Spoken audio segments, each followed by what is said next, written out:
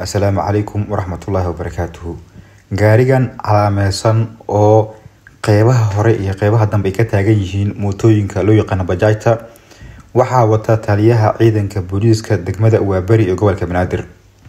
muhiimadu waxay tahay in ninkan maanta mar kale ciidamo uu wato in halkaasi ay ku qashqashaadeen oo ay tacadi ugu geysteen rag dhalinyaro ah oo saxafiyiin ah.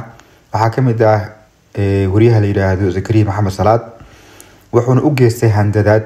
tan waxay imaanaysaa xilli maanta taliyaha ciidanka booliiska uu xiray wariyaal ka howlgalayay idaacadda Shabeelle agaasimaha idaacadaasi iyo ku-xigeenkeeda. waxaa hadda muqdisho kusii badanaya arrimaha ku saabsan tacadiga saxafiyiinta iyo caburinta haddii dowladda federaalka uu hogaamiyo Xasan Sheekh Maxamuud. arrintan waxaysan ka badin waxay noqonaysaa in go'aan ay gaaraan saxafiyiinta madaxa bannaan ee ka howlgala gudaha dalka isla markaana ay go'aamiyaan qaabka shaqo ee wadanka isla markaana dacwad ay ka gudbiyaan dowladdan iyo sidoo kale taliska ciidanka booliiska.